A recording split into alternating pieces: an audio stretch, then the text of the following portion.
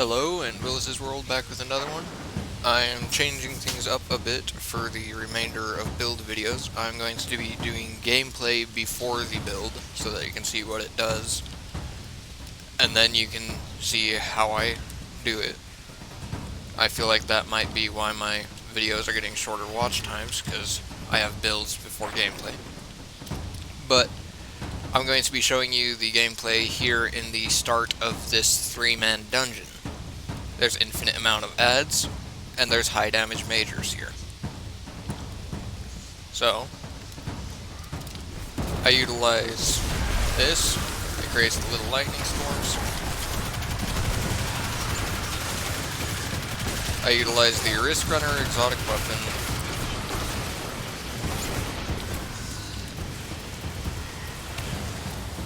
I need to get this up and running first.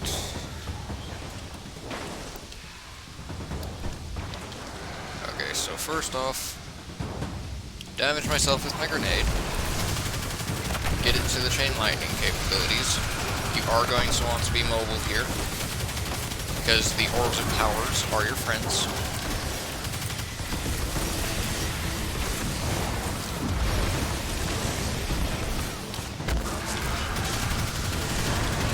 But, yeah, lots of chain lightning from the Risk Runner. Really good uptime on one of the highest damaging grenades in the game.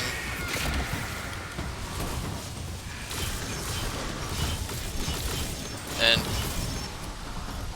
for a Arc subclass, very, very tanky.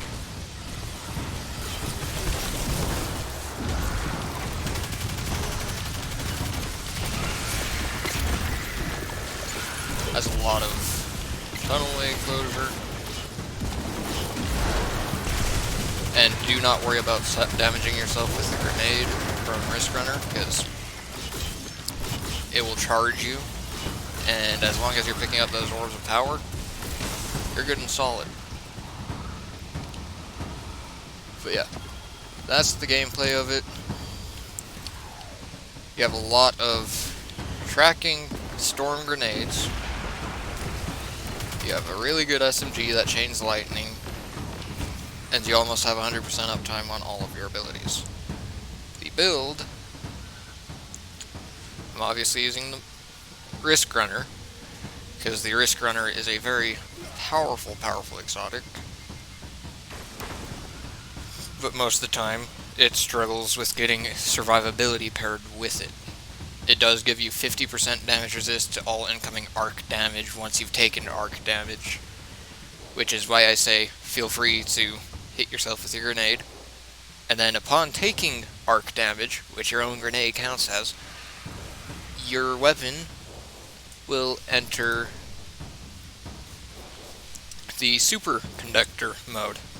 When it's active, all shots you fire have a chance to become chain lightning and return ammo. And kills while in that state lengthen that state, and you can have 100% uptime in this for the entire time you're in combat, and it's just chain lightning everywhere. Now, with that, the primary weapon doesn't matter. User's choice. This is very similar to the warlock build, where explosive light isn't a must, but it enhances the build greatly by making it so that you can pick up orbs of power even when your super isn't full. Well, when your super is full. And this will make it so that a lot of orb of power perks can have infinite uptime without you having to use your super. So very powerful perk there. Sadly didn't roll on there. Would love to have 2 different weapons with that. Right now this is my only one with it. But the Risk Runner, infinite orb of power pickup, the Mask of the Quiet One helmet to make it so that when I am damaged, my ability is regen, and when my health is critical, I heal on any final blows, and it's a heal to full health. So that's really good in stickier situations. And on the mod slots, well, primary stat you want to focus into, discipline. Try and get that as high up as possible so you can have as much uptime on your grenade as possible, because that procs your weapon, that will proc pulse, the procking of pulses procs ionic traces, arc weapons proc ionic traces, and those just refund your abilities more and more. Then on top of that, taking damage as a Titan, really easy thing to do. But then Seeking Wells does come in with this. But yeah. Well, I guess I can get into the subclass after I talk over mods. But Eidolon Pursuant Gauntlets, if I find myself a period of time where my Risk Runner isn't doing, like majors, I can go and use my Kamikameha melee and just do its massive damage to majors. Most of the time one-shot them, if not do some massive damage to them. And then that reduces your grenade cooldown, and you can go throw down your freaking lightning storm. Really nice. And then Well of Ordnance, it says Solar Elemental Well there, yes, and it grants additional grenade energy. This does come into play with other mods, and I know I'm on a Arc subclass using Solar Wells. But with that, I utilize the Explosive Well Maker on my chest piece, rapidly defeating combatants with explosive damage spawn solar elemental wells. This is why I say go to your grenade instead of your melee as focus with this, because when you throw your grenade, its initial burst counts as explosive. All the lightning strikes down at the bottom counts as explosive. Any final blows that gets can spawn a solar well, which then feeds into more grenade energy, and it's kind of a cycling thing. And then I do double melee resist because I like to be in the fray, and with an SMG it's really easy to be in the fray. But then on my legs, this is where the infinite orb of power from explosive light comes in. On my legs, I have Absolution, reduces all ability cooldowns, my barrier, my grenade, and my melee every time I pick up an orb of power. And then my Better Already, your health begins to regen immediately after picking up a orb of power. Now, I forgot to mention how I'm doing it for the orb of power creation. In the Mask of the Quiet One, I have Arc Siphon and Harmonic Siphon. They actually do stack every now and then. If you get a Arc Weapon Final Blow on a Arc subclass utilizing both of these, you have a chance to get 2 orbs of power off the same enemy. Really nice when that happens. And remember everyone, orb of power makes your super recharge faster, so I have it as that, but you can easily change it to Thunder Crash and have Thunder Crash up a lot. But then I have that paired with Elemental Ordnance to make it so my grenade final blows spawn Arc Elemental Wells. And then for the solar ones, since I'm creating them, and I'm constantly having my grenade to create them, I put in Well of Life to have some constant healing, with the burst of healing from the Invigoration, as well as the healing when critical from my helmet. This build has 3 sources of critical in it. Then I have Bomber just to make it so that if I use my class ability while near enemies, I'm refreshing some of my grenade. And Destiny's servers have been having issues all day, so don't mind that message popping up.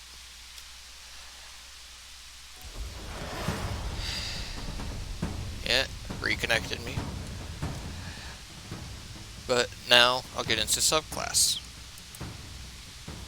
So subclass, you can choose either. And what's great is the Fists of Havoc paired with the Spark of Amplitude, making orbs of power when amplified. It actually gives you the orbs of power because of your weapon, and it will lengthen the duration of your super. So fun little combo there. And then Thunder Crash, you have it up so often, why not just have a high, massive burst damage at your hands, at your disposal, with your high damage melee? Have a lot of burst in it. Thruster, because, yeah, the barriers are fun and all, but you don't really need a barrier on Arc.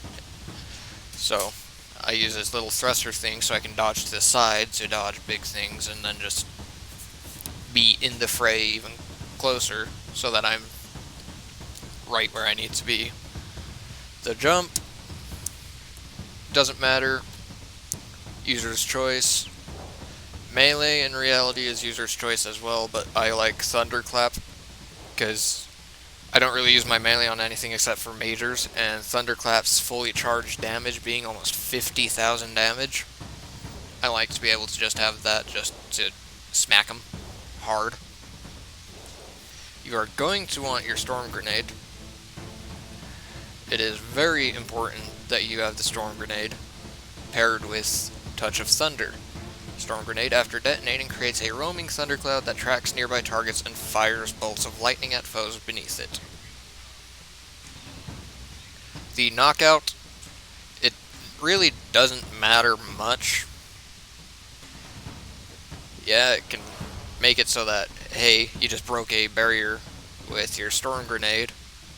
They're now taking more damage from your melee, so bigger melee damage, but only reason I use that is it's a double slot instead of a single slot for fragments. And then the fragments you want, your Arc Grenades jolt targets. Fun fact about that, utilizing the Storm Grenade, the grenade detonation itself and each lightning strike that it does due to the Touch of Thunder, all of those count as your grenades, so you've got jolting everywhere. The Spark of Discharge, Arc Weapon Final Blows have a chance to create an Ionic Trace. All of the Chain Lightning that the Risk Runner does counts as its Weapon Final Blows, so a lot of Ionic Traces get made from that weapon. Spark of Ions, defeating a jolted target, creates Ionic Traces. Again, lightning everywhere with Storm Grenade. And then rapidly defeating targets while you are amplified creates a Orb of Power.